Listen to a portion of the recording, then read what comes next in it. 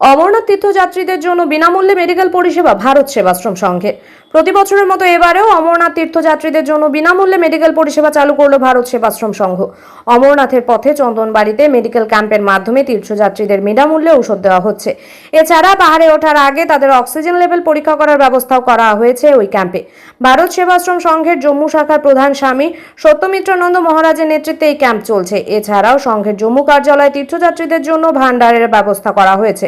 সেখানে বিনামূল্যে থাকা খাওয়ার সুবিধা রয়েছে। ভারত সেবাশ্রম সংঘের প্রধান সম্পাদক স্বামী বিশ্বতানন্দ মহারাজ জানিয়েছেন, অমরনাথের এই মেডিকেল ক্যাম্প বহু বছর ধরে করে আসছেন তারা।